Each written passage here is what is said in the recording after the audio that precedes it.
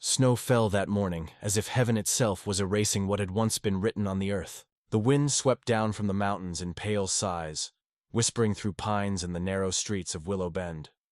It was a place small enough that everyone knew who left footprints in fresh snow. So when Clara Wynne stepped down from the stagecoach, clutching a worn satchel and her single suitcase, the town noticed.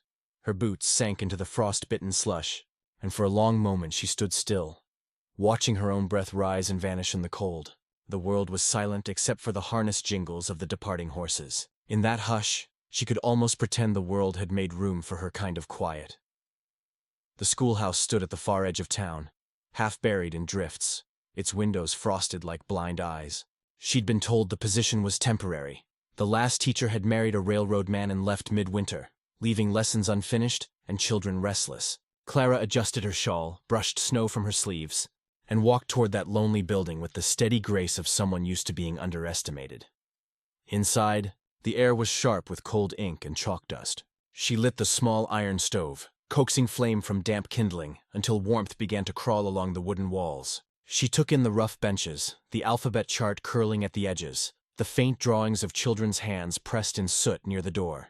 Her chest tightened, not with fear, but with a strange tenderness. Here, perhaps, she could build something worth keeping. When the children arrived, they filled the room with breath clouds and noise. Clara smiled, a small, tentative thing, and wrote her name on the board, Miss Wynne. Her voice, when she introduced herself, came soft but clear, each word careful, as though tested for cracks.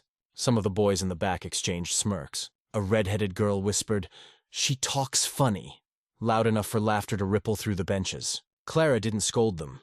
Instead, she lifted her hands and signed, "Good morning." Silence fell like a dropped blanket. The students stared. Then a small hand at the back, thin, delicate, moved in halting mimicry. The little girl was half hidden behind a bonnet too big for her face. She formed the same signs, shy and trembling. "Good morning." Clara's smile deepened. She didn't ask who the child was. She didn't need to. There was something in the way the girl's eyes searched hers, as if waiting for a kind of understanding no one else could give. The lessons that day went unevenly. The children fidgeted, tested her patience, and whispered among themselves about her strange gestures. Still, she kept her calm, guiding them with the rhythm of hands and voice together. She had learned long ago that words alone often failed the heart. Sometimes, to be heard, one must first be seen.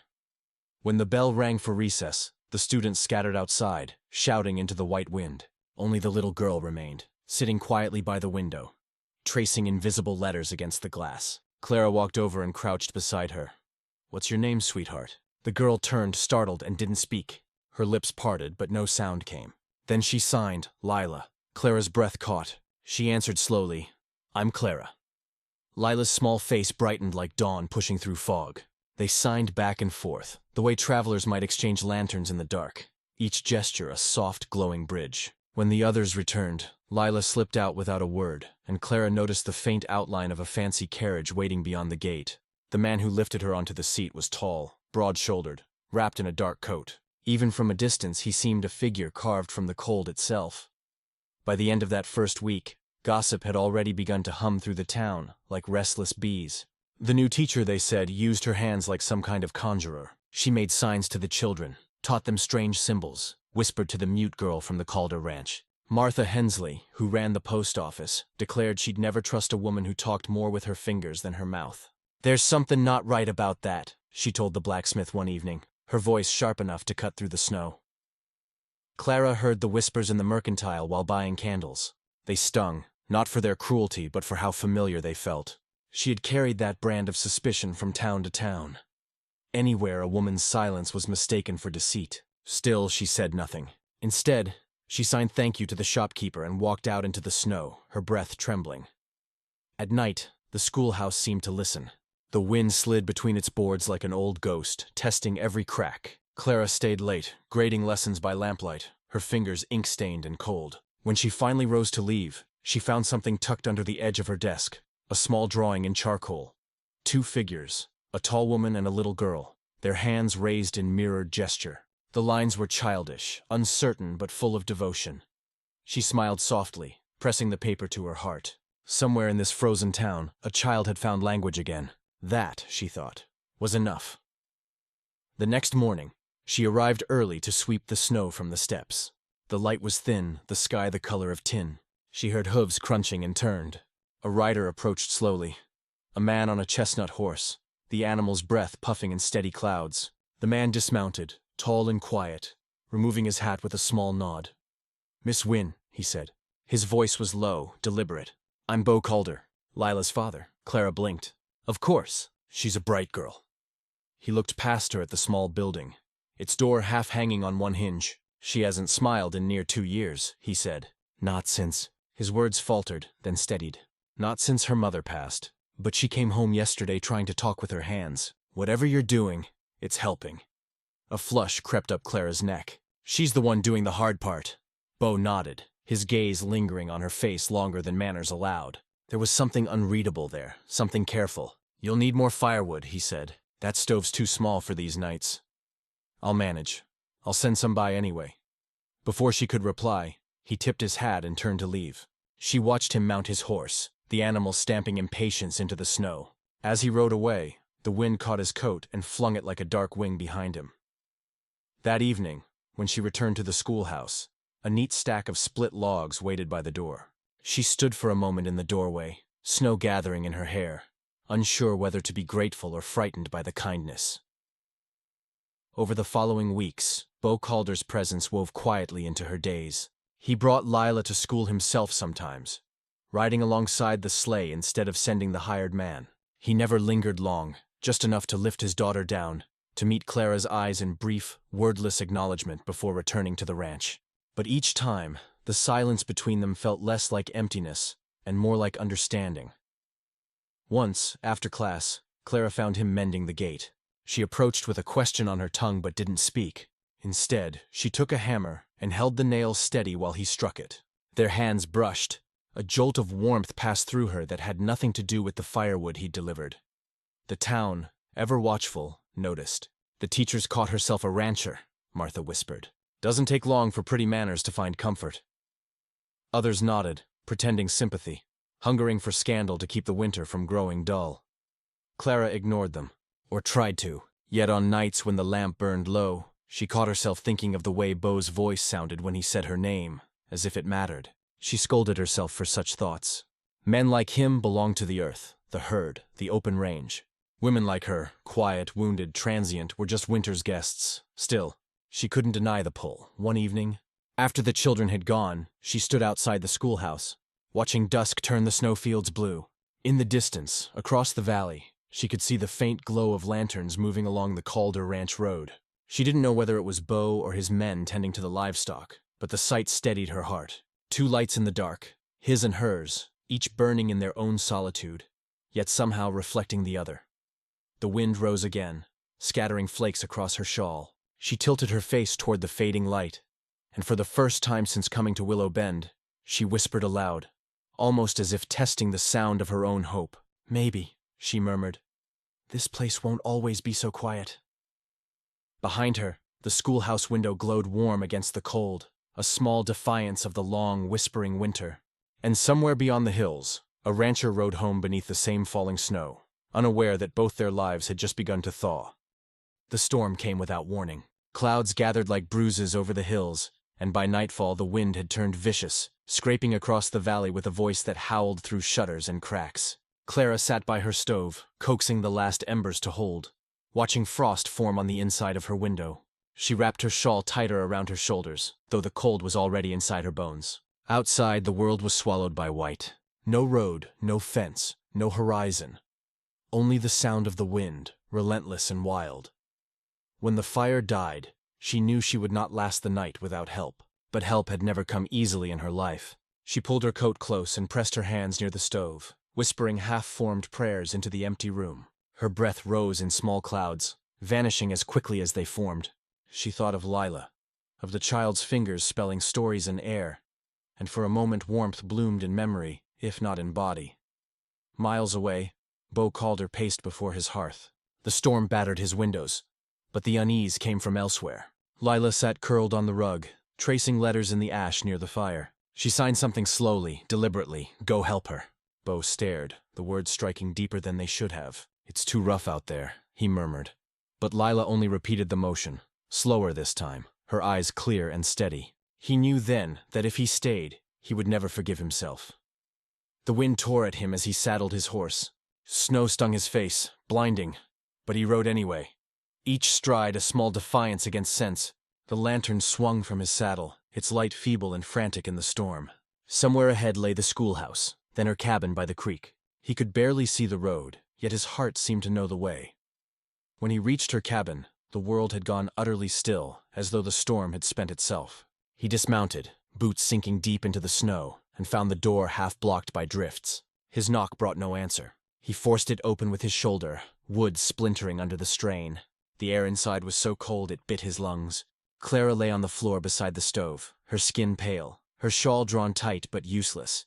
He knelt, gathered her up, and felt the faint flutter of breath against his neck. "Easy now," he said softly, more to himself than to her. He wrapped her in his coat, lifting her as if she weighed nothing at all, and carried her into the night. The horse shifted nervously, steam rising from its nostrils, but Bo held her close as he rode, her head resting against his chest, his body shielding her from the wind. By the time they reached the ranch, dawn had begun to break. The snow had gentled to a soft drift, light catching in its fall like silver dust.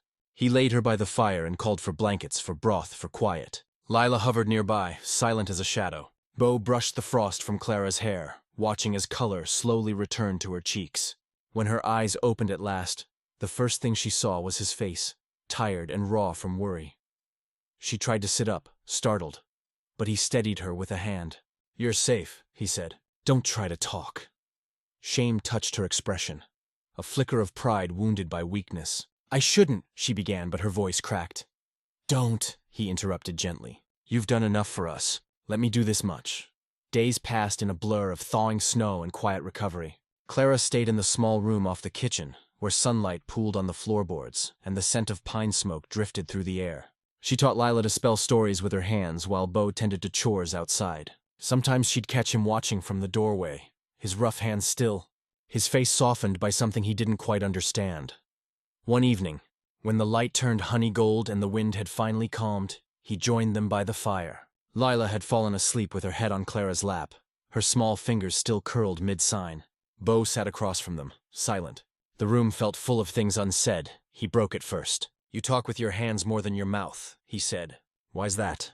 Clara looked down at her open palms, the skin pale and lined from chalk and work. "Because once it wasn't safe to speak," she said quietly. "When I was younger, I had a husband.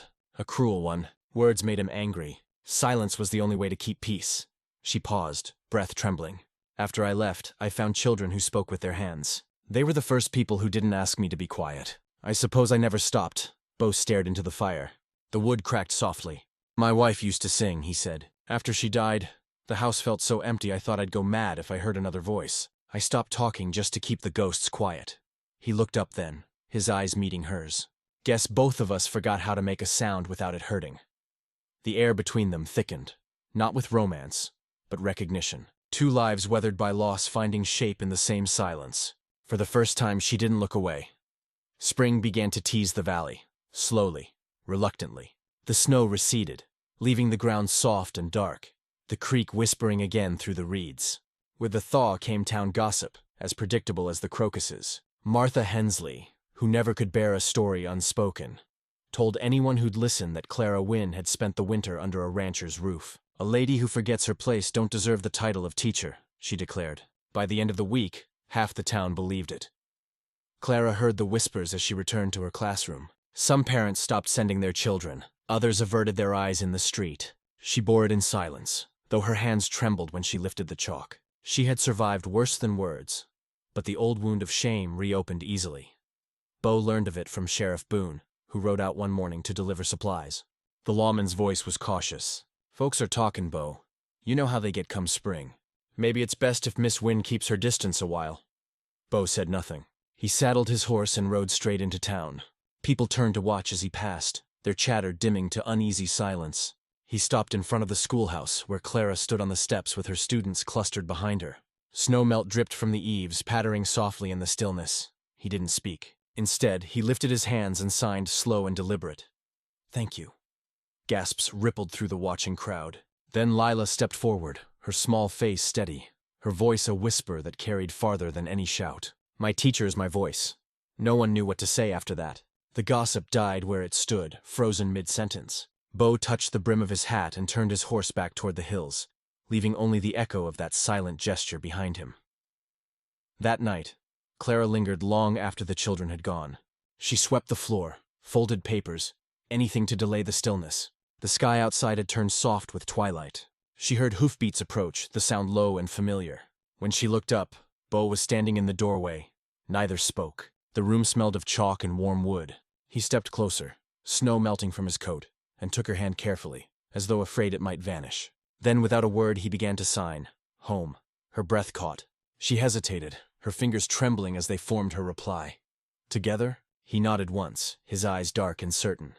Outside, snow began to fall again, but this time it came gentle, forgiving. A benediction rather than a burden. Lila's laughter drifted faintly from the yard, and for a moment the whole valley seemed to hold its breath, listening.